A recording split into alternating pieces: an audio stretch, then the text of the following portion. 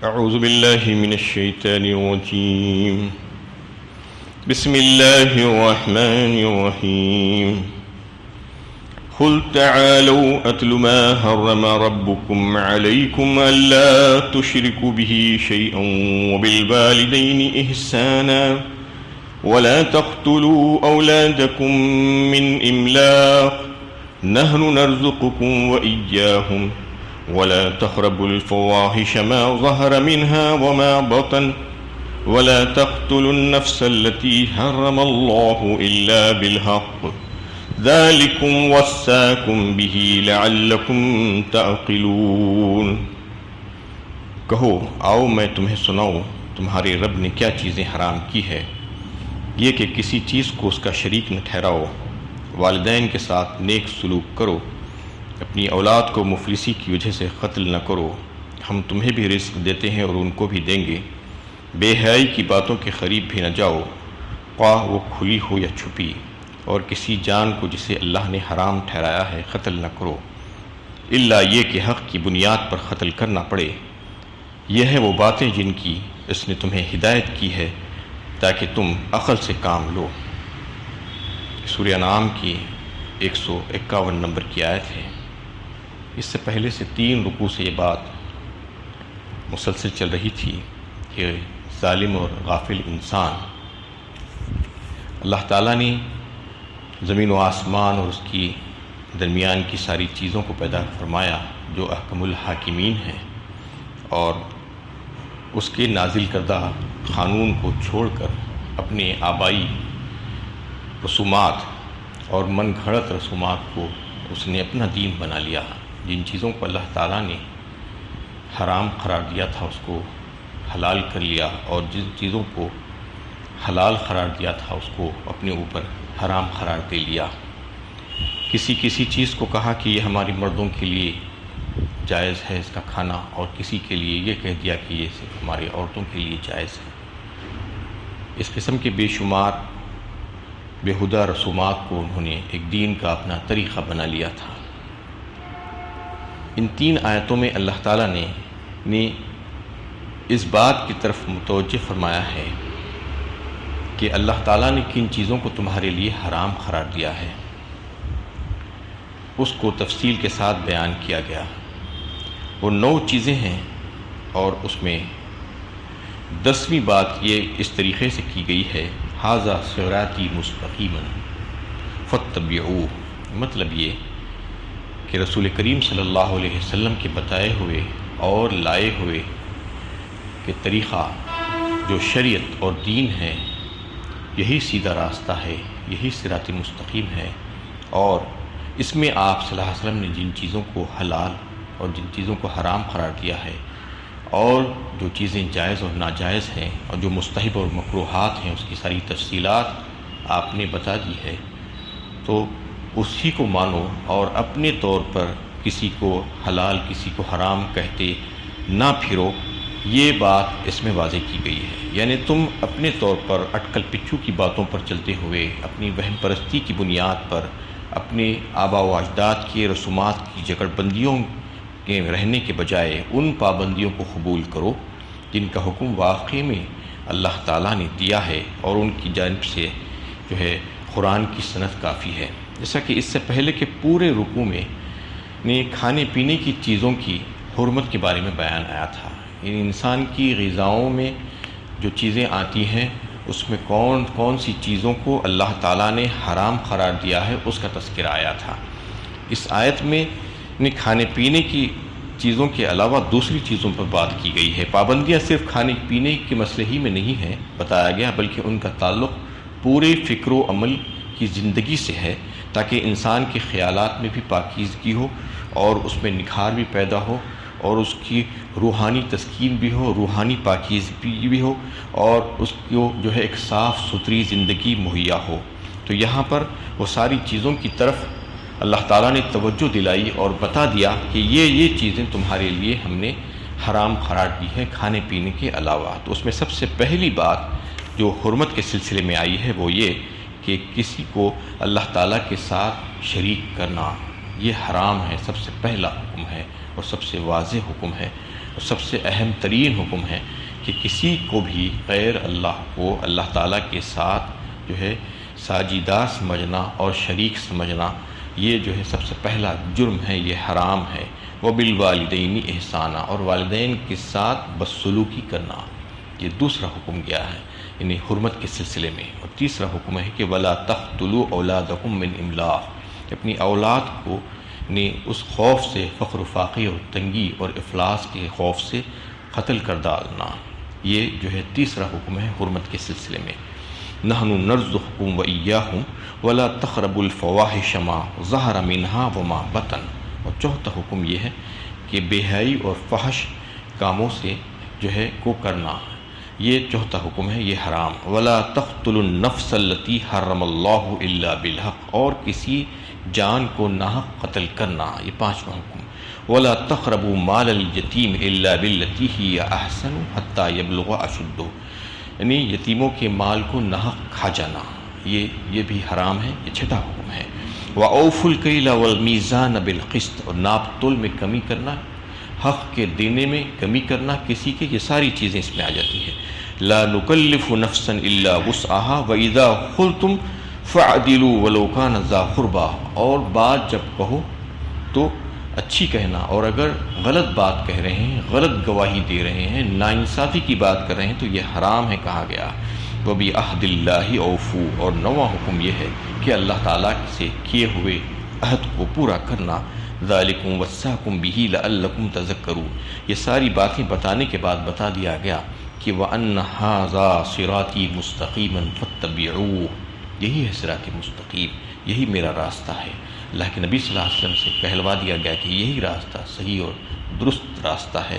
اور تم اگر ادھر ادھر کے راستوں کو چلو گے دائیں بائیں جانب تو وہ راستہ تمہیں صراط مستقیم کی طرف نہیں لے جا سکتا۔ اس میں واضح فرما دیا گیا، یہ 10 احکامات اللہ تعالیٰ نے دیے کہ یہ ساری باتیں تمہارے لیے حرام ہے، تمہاری فکر و عمل کے تعلق سے۔ اس سے پہلے کے رکوع میں غذاؤں کے تعلق سے حرام چیزیں جو تھیں، جو حرام غذائیں تھیں، اس کا تفصیل کے ساتھ تذکرہ آیا تھا، اور جو یہودیوں پر اللہ تعالیٰ نے ان کی سرکشی کی وجہ سے، نافرمانیوں کی وجہ سے جو چیزیں حرام قرار دی تھی، اس کو پھر آخر میں امت محمدیہ میں اللہ کے نبی صلی اللہ علیہ وسلم کے ذریعے سے ان تمام چیزوں کو جو یعنی اصل میں خراب نہیں تھی، خبیث نہیں تھی، ان تمام چیزوں کو پھر سے حلال قرار دے دیا گیا، اور ساری باتوں کی تفصیل اس میں آ گئی تھی۔ یہاں پر ان ساری چیزوں کو جو ہے بیان کیا گیا، اس کے فضائل میں بے شمار احادیث بھی ملتی ہیں ان آیتوں کے، اور بڑے جو ہے اقوال بھی ملتے ہیں، اور اس میں جو ہے کئی ایک باتیں جو ہے ملتی ہیں جس کے اس کی فضیلت ظاہر ہوتی ہے۔ کعب احبار رضی اللہ تعالیٰ عنہ جو یہودیوں کے بڑے عالم تھے اور جو توراۃ کے ماہر بھی تھے، انہوں نے فرمایا کہ یہ اللہ تعالیٰ کی نازل کردہ جو کتاب توراۃ ہے، اس میں بسم اللہ کے بعد جو کلمات جو شروع ہوئے ہیں وہ یہی آیتیں ہیں، یہی 10 احکامات ہیں توراۃ میں سب سے پہلے۔ موسیٰ علیہ السلام کو جو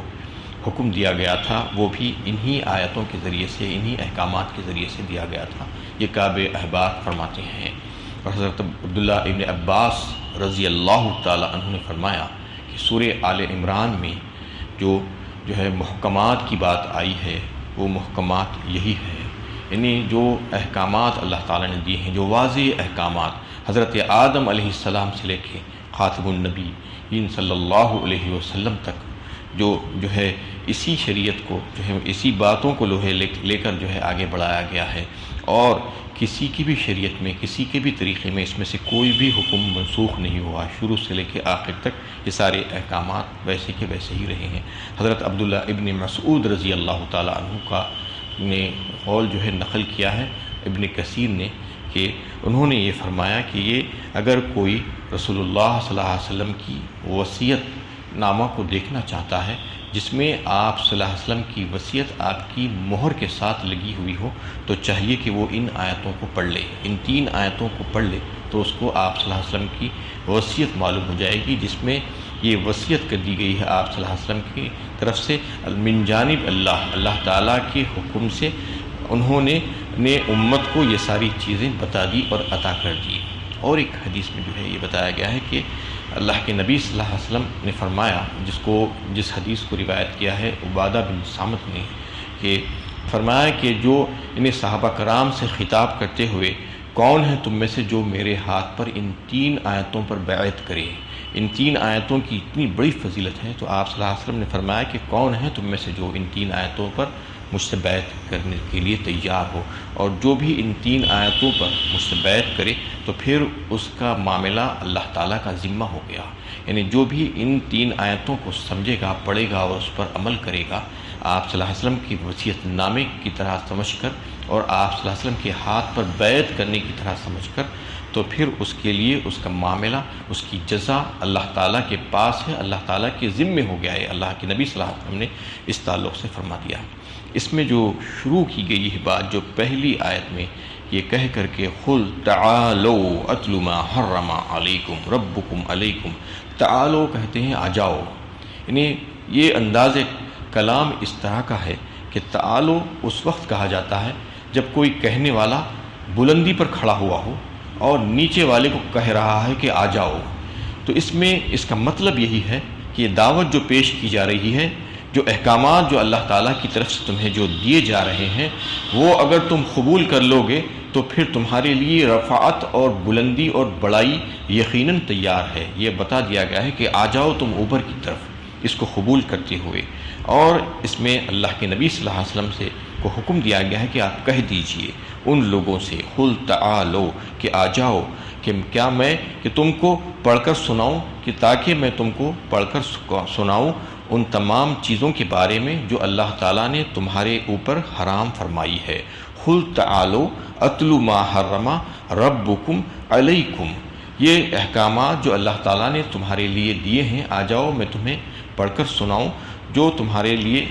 اللہ تعالیٰ نے حرام قرار دیا ہے۔ وہ کیا ہے؟ اس میں جو ہے سب سے پہلے شرک کی نفی کی گئی ہے۔ اس کے مخاطب سب سے پہلے مشرکین عرب تھے، اس کے بعد سب کے سب تمام بنی نوع انسان اور سارے انسان قیامت تک آنے والے عرب و عجم، موجود حاضر اور آخر میں بعد میں آنے والے سارے لوگ اس کے مخاطب ہیں۔ سب کو مخاطب کیا گیا ہے اس میں، کیونکہ یہ صرف مسلمانوں ہی کے لیے نہیں آئے ہیں احکامات، بلکہ سارے لوگوں کے لیے آئے ہیں، ساری انسانیت کے لیے اللہ تعالیٰ نے یہ قرآن کو بھیجا ہے، اور اس کے سارے احکامات ساری انسانیت کے لیے ہے، قیامت تک آنے والی۔ تو اس میں سب سے پہلی بات جو بتائی گئی ہے کہ اللہ تشرک بہ شیئا، سب سے پہلا حکم جو حرمت کے سلسلے میں آیا ہے، شرک نہ کرو اللہ تعالیٰ کے ساتھ۔ شرک کسے کہتے ہیں؟ اصل میں شرک کہتے ہیں کہ اللہ تعالیٰ کی ذات، اللہ تعالیٰ کی صفات، اس کے علم، اس کی قدرت، اس کے اختیارات میں کسی اور کو بھی شامل سمجھیں، کسی اور کو بھی ساتھی سمجھیں، کسی اور کو بھی اس کا ساجی سمجھیں، یہ شرک ہے۔ اور اس طرح کا شرک یہود و نصارہ نے بھی کیا تھا۔ یہودیوں نے حضرت عزیر علیہ السلام کو اللہ کا بیٹا قرار دیا، اور عیسائیوں نے حضرت عیسیٰ علیہ السلام کو اللہ کا بیٹا کہا۔ اسی طریقے سے مشرکین عرب نے فرشتوں کو اللہ تعالیٰ کی بیٹیاں کہنا شروع کر دیا، اور ان لوگوں کی دیکھا دیکھی جاہل انسانوں دیگر لوگوں نے بھی انبیاء اور اولیاء کو خدائی صفات کا حامل قرار دے دیا۔ یہ سب کی سب باتیں شرک ہیں۔ شرک میں جو ہے اس کی 2 بڑی بڑی قسمیں ہیں، شرک جلی اور شرک خفی۔ شرک جلی اسے کہتے ہیں جو بالکل واضح ہے، کھلی ہے شرک، کھلا ہوا شرک۔ کھلا ہوا شرک کیا ہے؟ کہ اللہ تعالیٰ کے ساتھ اس کی اطاعت اور اس کی عبادت میں کسی اور کو بھی شریک سمجھنا، یعنی اس کے اختیارات میں بھی کسی اور کو شریک سمجھنا، یہ شرک جلی ہے۔ اور شرک خفی یہ ہے کہ کسی اور کو جو ہے عقیدتاً تو نہیں سمجھنا، کارساز اللہ ہی کو سمجھنا، لیکن عملاً جو ہے ایسے کام کرنا اور ایسی کوششیں کرنا اور امیدیں انہی لوگوں سے لگا کر رکھنا غیر اللہ سے، یعنی حالانکہ عقیدتاً تو یہ سمجھتا ہے کہ کارساز اللہ تعالیٰ ہے، لیکن عمل اس کے خلاف جا رہا ہے، تو اس کو جو ہے شرک خفی کہا گیا ہے، چھوٹا شرک، چھپا ہوا شرک۔ اصل میں وہ چھپا ہوا ہے، ظاہر نہیں ہوتا ہے۔ جو شرک جلی ہے وہ بالکل ظاہر ہوتا ہے، علل اعلان کوئی جو ہے انسان یہ کہتا ہے کہ اللہ تعالیٰ کے علاوہ کسی اور کی بھی اطاعت اور عبادت کی جا سکتی ہے، اس کے اختیارات میں کہ کسی اور کے پاس بھی ایسے اختیارات ہیں جیسے اللہ تعالیٰ کے پاس ہے، یہ شرک جلی ہے۔ شرک خفی یہ ہے کہ چھپا ہوا شرک، اور اس کے جو ہے بہت سی مثالیں ہو سکتی ہیں۔ شرک خفی کی جو ہے نماز میں دکھاوا کرنا، لوگوں کو دکھانے کے لیے نماز پڑھنا، اور نماز کو جو ہے الگ انداز میں پڑھنا، کبھی ایسا پڑھنا اور کبھی لوگوں کے سامنے کچھ دوسرے انداز میں پڑھنا۔ ایسے ہی خیرات اور صدقات کے سلسلے میں بھی لوگوں کو دکھانے کے لیے نام و نمود اور ریا نمائش کے لیے جو ہے خیرات کرنا، اور جو ہے کسی اور کو بھی نفع نقصان کا مالک سمجھنا عملاً۔ اس کے بہت سی صورتیں ہو سکتی ہیں، جیسا کہ کوئی بیمار ہو جائے تو وہ ڈاکٹر کے پاس جاتا ہے اور یہ کہتا ہے کہ اس ڈاکٹر نے مجھے شفا دی تھی، اس کے پاس جانے کی وجہ سے میں صحت یاب ہو گیا۔ یہ شرک خفی ہے۔ کوئی ڈاکٹر، کوئی حکیم کسی کو جو ہے بیماری سے نجات نہیں دلا سکتا۔ شفا صرف اور صرف اللہ تعالیٰ کی جانب سے آتی ہے۔ اللہ تعالیٰ جب چاہتے ہیں تو بیمار شفا یاب ہوتا ہے۔ کسی انسان، کسی ڈاکٹر کے ہاتھ میں یہ تاثیر نہیں ہو سکتی۔ اور جو ہے اس کے علاوہ جو ہے کسی کے تعلق سے یہ سمجھنا کہ اس نے مجھے بخش دیا، اس نے مجھے یہ ساری چیزیں دے دی، یا کسی کے تعلق سے یہ سمجھنا کہ اس نے میرا نقصان کر دیا، یہ سب کے سب شرک خفی ہے۔ کوئی کسی کا نقصان فائدہ نہیں کر سکتا۔ جو ایک صحیح حدیث میں یہ بات واضح طور پر آئی، حضرت عبداللہ ابن عباس رضی اللہ تعالیٰ عنہ کی ایک طویل حدیث ہے، اس میں ایک بات یہ بھی ہے، اس کا ایک حصہ کہ اس دنیا کی جو ہے کائنات کے سارے جن و انس مل کر بھی تم کو کوئی نفع نہیں پہنچا سکتے مگر اتنا ہی جتنا اللہ تعالیٰ نے تمہارے مقدر میں لکھ دیا ہے۔ ساری کی ساری انسان اور جن مل کر بھی اگر کوشش کر لیں تو تم کو اتنا ہی نفع پہنچا سکتے ہیں جتنا تمہارے حق میں اللہ تعالیٰ نے پہلے سے لکھ دیا ہے، اور سارے کے سارے مل کر بھی تم کو نقصان نہیں پہنچا سکتے مگر اتنا ہی جتنا اللہ تعالیٰ نے تمہارے لیے مقرر فرما دیا ہے۔ یہ عقیدہ ہمارا ہونا چاہیے۔ یہ بالکل صحیح حدیث ہے، اس میں واضح فرما دیا گیا کہ کوئی نفع نقصان کا مالک نہیں ہے، نفع نقصان تو اللہ تعالیٰ کے ہاتھ میں ہے۔ اور اس میں یہ بات کو واضح فرما دیا کہ اس کا خلاصہ یہی ہے کہ چاہے وہ شرک خفی ہو، چاہے شرک جلی ہو، ان سب سے جو ہے بڑی حد تک پرہیز کرنا چاہیے، حتی الامکان اس سے جو ہے بچنے کی کوشش کرنا چاہیے۔ اور شرک اسے بھی کہتے ہیں کہ جیسا کہ جو ہے کوئی انبیاء اور اولیاء اور صلحاء امت کے تعلق سے کوئی یہ عقیدہ رکھے کہ ان کے پاس بھی ایسے ہی اختیارات ہیں جیسے اللہ تعالیٰ کے پاس ہیں۔ یعنی صرف شرک یہ نہیں ہے کہ بتوں کی پوجا پاٹ کرنا اور جو ہے بتوں کے آگے سجدہ کرنا، بلکہ شرک تو یہ بھی ہے کہ کسی اور کو، چاہے وہ نبی ہو، چاہے وہ ولی ہو، چاہے وہ اور کوئی انسان ہو، اللہ تعالیٰ کی کوئی اور مخلوق ہو، اس کے پاس بھی یہ سارے اختیارات ہیں، اس کے پاس بھی یہ قدرت ہے جیسی اللہ تعالیٰ کے پاس ہے، سمجھنا یہ شرک ہے۔ شرک کے تعلق سے بڑی سخت وعیدیں قرآن میں آئی ہیں۔ قرآن نے جو ہے بالکل واضح فرما دیا سورہ النساء 5ویں پارے میں، ان اللہ لا یغفر ان یشرک بہ ویغفر ما دون ذلک لمن یشاء، فرمایا اللہ تعالیٰ ہرگز نہیں بخشیں گے، ہرگز نہیں معاف فرمائیں گے ان لوگوں کو جو اللہ تعالیٰ کے ساتھ شریک ٹھہراتے ہیں۔ اس کے علاوہ جتنے بھی گناہ ہوں گے، اس کو جتنی بھی صورتیں ہو سکتی ہیں اس کو معاف فرما سکتے ہیں اللہ تعالیٰ، کیونکہ اس میں شرک کی نفی بڑی سختی کے ساتھ کی گئی اس آیت میں۔ اس سے یہ بات واضح ہوتی ہے کہ انسان کو چاہیے کہ شرک کے تعلق سے بڑا محتاط رہے اور اللہ تعالیٰ سے دعا کرتے رہے کہ اللہ تعالیٰ مجھے شرک سے بچائے رکھے، اور عمل بھی ویسا ہی کرے، عقیدہ بھی ویسا ہی رکھے، اور عملی طور پر بھی کسی اور کو نفع نقصان کا مالک نہ سمجھے اور کسی کے پاس اختیارات ہیں یہ نہ سمجھے۔ تو اس سے بچنے کے لیے جو ہے اللہ تعالیٰ نے فرمایا ہے کہ اس کی معافی تمہاری ہونے والی نہیں ہے، اگر تم اس میں پڑ جاؤ گے تو پھر تمہیں معاف نہیں کیا جائے گا، ہرگز تمہاری معافی نہیں ہوگی۔ اور ایک حدیث حضرت عبادہ بن صامت رضی اللہ تعالیٰ عنہ نے فرمایا کہ رسول اللہ صلی اللہ علیہ وسلم نے فرمایا کہ تم کو جو ہے اللہ تعالیٰ کے ساتھ کسی اور کو شریک نہیں کرنا چاہیے کسی بھی صورت میں، اگرچہ کہ تم کو مار ڈالا جائے، کاٹ ڈالا جائے، جلا ڈالا جائے یا تمہیں سولی دی جائے تو بھی تم کسی اور کو اللہ کے ساتھ اس کا ساجی اور اس کا ساتھی قرار نہیں دینا۔ وآخر دعوانا ان الحمد للہ رب العالمین۔